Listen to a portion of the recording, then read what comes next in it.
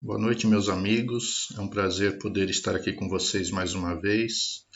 E hoje vamos dando sequência aos nossos estudos, às nossas reflexões sobre o livro Caminho, Verdade e Vida, psicografado por Chico Xavier. E antes de nós iniciarmos o nosso estudo e a nossa reflexão, eu convido a todos para uma prece inicial para a abertura do nosso trabalho. Que nós possamos unir os nossos pensamentos nesse instante, pedindo à espiritualidade amiga que nos ampare e nos ilumine, para que possamos assim estarmos receptivos e abertos à reflexão desta noite, que a espiritualidade maior possa nos preparar, nos assistir e nos orientar dentro desse estudo, dessa reflexão, e que nos lares de cada um que aqui se encontra possa estar um ambiente harmonizado, preparado e amparado por esses nossos amigos espirituais. Que o espírito protetor de cada um possa estar aí colaborando para que todos nós tenhamos o melhor aproveitamento possível desse estudo, dessa reflexão, com vistas ao nosso aprimoramento espiritual, ao nosso consolo e a busca daquilo que nós necessitamos para a nossa jornada. Que assim seja e que possamos dar início aos nossos estudos na noite de hoje. Obrigado, Mestre Jesus, e obrigado, Espíritos amigos. Muito bem, meus amigos, mais uma vez contente de estar aqui com vocês. Meu nome é Pedro Coelho, eu sou colaborador do Centro Espírita Caibachutel aqui de Guarulhos e estou hoje aqui colaborando para essa nossa reflexão da noite. E o tema que nós trouxemos para estudo é, como eu disse, do livro Caminho, Verdade e Vida, de Chico Xavier, e nós vamos falar sobre o item 25, que é a semeadura. Se trata de uma passagem onde, no Evangelho de Marcos, capítulo 4, versículo 32, Jesus afirma que, tendo sido semeado, cresce. Em outras palavras, tudo aquilo que nós semeamos ao longo da nossa jornada, vai crescer e nós vamos colher os frutos bons ou maus dessa semeadura. Então, o texto diz exatamente o seguinte: é razoável que todos os homens procurem compreender a substância dos atos que praticam nas atividades diárias. Ainda que estejam obedecendo a certos regulamentos do mundo que os compelem a determinadas atitudes, é imprescindível examinar a qualidade de sua contribuição pessoal no mecanismo das circunstâncias, porquanto é da lei de Deus que toda semeadura se desenvolva. O bem semeia a vida, o mal semeia a morte. O primeiro é o movimento evolutivo na escala ascensional para a divindade. O segundo é a estagnação. Muitos espíritos, de corpo em corpo, permanecem na Terra com as mesmas recapitulações durante milênios. A semeadura prejudicial condicionou-os à chamada morte no pecado. Atravessam os dias resgatando débitos escabrosos e caindo de novo pela renovação da sementeira indesejável. A existência deles constitui largo círculo vicioso, porque o mal os enraiza ao solo ardente e árido das paixões ingratas. Somente o bem pode conferir o galardão da liberdade suprema, representando a chave única suscetível de abrir as portas sagradas do infinito à alma ansiosa. Haja, pois, suficiente cuidado em nós, cada dia, porquanto o bem ou o mal, tendo sido semeados, crescerão junto de nós, de conformidade com as leis que regem a vida. Essa passagem, então, nos leva a algumas reflexões. Emmanuel coloca nessa passagem que essa semeadura no bem gera vida e a semeadura no mal gera morte. E de que morte é essa que ele se refere? É da chamada morte moral. Nós não podemos aí entender morte no seu sentido físico, no seu sentido fatalista, né? Mas no sentido de estagnação, como ele coloca. Ou seja, tudo aquilo que produz o mal, todas as minhas atitudes que levam ao mal, acabam produzindo em mim uma espécie de morte moral, né? De frustração moral que me leva necessariamente a um círculo vicioso, como é colocado no texto. Então, o que ele coloca é que na medida em que nós vamos fazendo as nossas escolhas, nós vamos produzindo repercussões, né, desdobramentos a partir dessas escolhas. E ele chama a atenção, então, no início do texto, para que nós observemos nas nossas experiências terrestres, né, no nosso dia a dia, como nós conduzimos as nossas atitudes. Então ele diz, embora a gente esteja vinculado a situações, a comprometimentos, né, na sociedade, a posições profissionais, sociais, familiares, que nos impelem muitas vezes a situações onde a gente tem que fazer escolhas, tem que tomar atitudes, ele mostra que é importante que mesmo ainda sob pressão, sobre situações difíceis, sobre situações delicadas, que nós somos capazes, não é? Sempre buscando a ajuda, inclusive da espiritualidade, de saber como conduzir as nossas escolhas de tal forma que aquilo que a gente escolha sempre busque promover o bem maior. O próprio Livro dos Espíritos vai nos dizer que muitas vezes nós vamos nos colocar em situações onde as escolhas que nós vamos fazer, elas não são tão óbvias, né? Porque quando a gente olha a vida, a gente percebe que as escolhas não são tão simples. Seria muito fácil a gente imaginar que em todas as situações da nossa vida tivesse muito claro o caminho do bem e do mal para nós, né? Se não fosse assim, a gente não ia se sentir tantas vezes indecisos em relação às nossas escolhas, né? Por quê? Porque às vezes a gente se depara em situações da vida onde essas escolhas têm o que a gente chama de preço, né? Tudo tem um preço na vida. Ou seja, esse preço realmente é a percepção do quanto aquilo irá nos custar, né? Do quanto aquilo vai pesar na nossa vida e na nossa existência.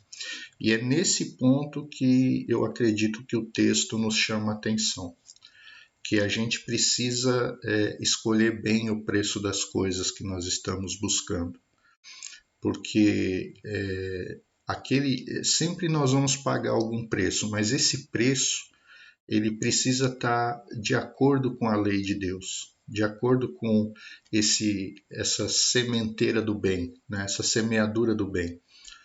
Muitas vezes eu vou fazer um sacrifício, né? Vou fazer uma escolha que vai me sacrificar por algo, mas eu preciso saber se esse algo que eu estou sacrificando visa o meu bem espiritual, né? O meu crescimento espiritual. E tudo aquilo que busca o meu crescimento espiritual necessariamente conduz para o bem. Então, sempre que eu tiver em dúvida em relação às minhas escolhas, às minhas atitudes, eu tenho que pensar assim: a escolha que eu vou fazer, né, ainda que ela tenha um preço alto, ainda que ela me leve a um sacrifício muito grande, ela está visando o meu bem espiritual, o meu crescimento espiritual, e, portanto, é uma atitude que vai levar a um bem maior, e esse bem maior se estende não só a mim, mas a outras pessoas também, ou é uma atitude que está visando um interesse momentâneo, um interesse talvez mundano, que diga respeito somente a essa circunstância que eu estou vivendo, né? Que às vezes pode até ter um preço caro também, mas que do ponto de vista moral, do ponto de vista espiritual, não vai me acrescentar em nada. Então, de repente, eu vou obter uma vantagem, obter um ganho, né?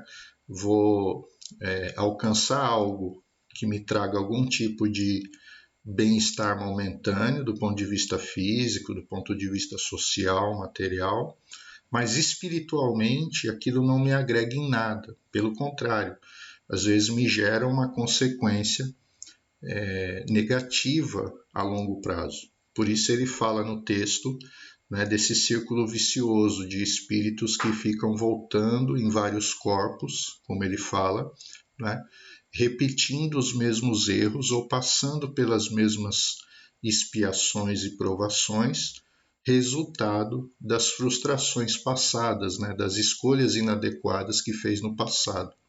E que se o espírito ele não percebe isso, ele acaba caindo nesse círculo vicioso, se acomodando, né, naquilo que ele chama lá no texto de morte no pecado, ou seja, nessa estagnação nos mesmos erros, né, nos erros repetitivos, e esses erros a gente tem que entender como erros de natureza moral, ou seja, as intenções, né, o que move o espírito nas suas escolhas vão contra aquilo que a lei natural busca nos ensinar, nos nortear. Então o espírito acaba patinando, repetindo os mesmos erros e sofrendo por isso. E às vezes leva tempo, né? O texto diz que leva milênios até para o espírito sair desse caminho. Nós temos, através da doutrina espírita, uma possibilidade muito grande de perceber isso e de olharmos para dentro de nós e entendermos onde nós precisamos mudar para modificar, para sair desse círculo. Então, todos nós estamos aqui encarnados, passando por situações que ou são novas experiências que nós estamos buscando, né, as chamadas provas que nós estamos vivendo pela primeira vez, mas também estamos vivendo situações que já vivemos no passado e estamos repetindo essas ações, essas experiências, porque nós não conseguimos concluí-las, né, a contento nas experiências anteriores que nós vivemos, que são as chamadas expiações terrestres. Então, o texto chama a atenção para a gente sair desse círculo, né, para que a nossa semeadura ela seja sempre progressiva e ascendente, para que a gente aproveite melhor essas oportunidades que a vida nos dá e que a gente consiga identificar no nosso dia a dia, nas nossas relações, se nós estamos conduzindo os nossos atos, as nossas atitudes, sempre visando um bem maior. Então, o que ele diz lá no começo do texto é que quando a gente está vivendo o cotidiano, o dia a dia, a gente não se dá muito conta disso. Né? Nós estamos lá no nosso trabalho, no nosso núcleo familiar, nos grupos dos quais nós fazemos parte, e a gente acaba se deixando levar pelas circunstâncias, né? pelos dissabores, os ruídos de comunicação que existem em toda e qualquer relação humana, e acabamos muitas vezes conduzindo as nossas atitudes não no sentido de ser um agente positivo dentro da relação, no sentido de criar coisas positivas naquilo. Ou seja, o que o texto propõe é que nós, como espíritas, como pessoas que realmente estão voltadas em buscar um crescimento espiritual, é que as nossas atitudes elas têm que ser voltadas para o bem comum. Ou seja, no meu campo profissional, eu tenho que agir de tal forma que as minhas atitudes sempre sejam agregadoras, sempre sejam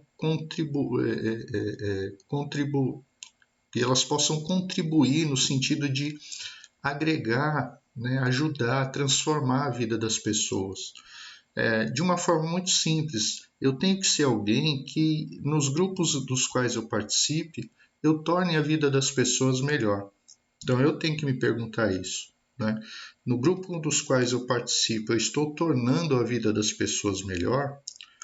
Ou estou sendo um elemento desagregador? Ou estou sendo um elemento que leva o desânimo, o pessimismo, a discórdia, né? O desgaste emocional, o estresse? Porque na medida em que eu produzo isso no meio em que eu estou vivendo, eu estou fazendo essa semeadura negativa, essa semeadura do mal que o texto diz. E isso necessariamente volta para mim no sentido de uma repercussão moral né? Seja na própria vida que eu estou vivendo, na própria existência, seja depois da morte, quando eu desencarno e eu me dou conta do tempo que eu perdi alimentando coisas que não eram necessárias, não eram importantes para o meu crescimento espiritual. Então a reflexão se dá nesse sentido. É preciso que a gente esteja atento para que a gente observe as nossas atitudes no nosso dia a dia e se nós estamos sendo realmente semeadores do bem. Pessoas que por onde passam, né, deixa um sinal positivo, deixa uma lembrança boa. Né? É lembrado como alguém que agregou, que trouxe alguma coisa de valor naquela relação, naquele grupo, naquela circunstância, naquele momento. Então, o papel do espírita, né, o papel do verdadeiro cristão, conforme o conceito e a proposta de Jesus, é se por onde nós passamos, nós deixamos uma semente do bem, né? Nós deixamos um sinal positivo, nós deixamos um sentimento agradável, se nós somos capazes de produzir isso. E produzindo isso, necessariamente, nós estamos trabalhando pelo nosso crescimento espiritual. Então, essa é a reflexão que o texto de hoje nos dá, né, e nos faz refletir sobre as nossas atitudes e o nosso comportamento na sociedade e nas experiências que nós vivemos. Com isso, então, a gente encerra essa reflexão de hoje. Eu convido todos novamente a fechar os olhos e podemos, a partir de agora, além de agradecer essa oportunidade aos espíritos amigos e à espiritualidade, agradecer ao nosso Mestre Jesus que esteve conosco nesse momento, nos amparando e nos assistindo, que nós possamos também, proliferando essa semeadura do bem, levarmos essa vibração e esse sentimento de amor a todas aquelas pessoas que se encontram agora passando por dificuldades físicas, de saúde, nos hospitais, as famílias que agora se encontram com enfermos, com pessoas que estão passando por esse problema da pandemia. Que Jesus e os Espíritos possam ampará-las e assisti-las, levando a elas aquilo que é necessário, aquilo que é bom para a sua recuperação. Que esse pensamento também possa se estender aos moradores de rua, às pessoas sem teto, que elas possam ser acolhidas, amparadas, assistidas, que o seu coração possa ser tocado por esse consolo, que essa vibração também se estenda aos nossos governantes, às pessoas dotadas de responsabilidade social, civil, com obrigações em relação à sociedade, que elas possam ser amparadas na sua consciência, na sua responsabilidade para tomarem as melhores atitudes. Que esse pensamento também se estenda aos presídios, às casas de repouso, os asilos, os orfanatos, que toque o coração desses espíritos que lá se encontram. E que essa vibração também chegue ao lar de cada um que aqui está, tocando os seus familiares, encarnados e desencarnados, e que essa energia possa envolver os seus lares, os seus familiares, para que possamos assim termos uma semana repleta de força, de harmonia e de equilíbrio para seguirmos em frente na nossa jornada e crescermos colocando em prática aquilo que estudamos e refletimos na noite de hoje. Sendo assim, nós te agradecemos, Mestre Jesus, por mais essa oportunidade, agradecemos à espiritualidade amiga, ao nosso espírito protetor e damos por encerrado o nosso estudo e reflexão da noite de hoje. Que assim seja. Muito bem, meus amigos, mais uma vez obrigado, um grande abraço a todos, que a gente possa nos encontrar numa próxima oportunidade. Fiquem com Deus e até a próxima. Um grande abraço.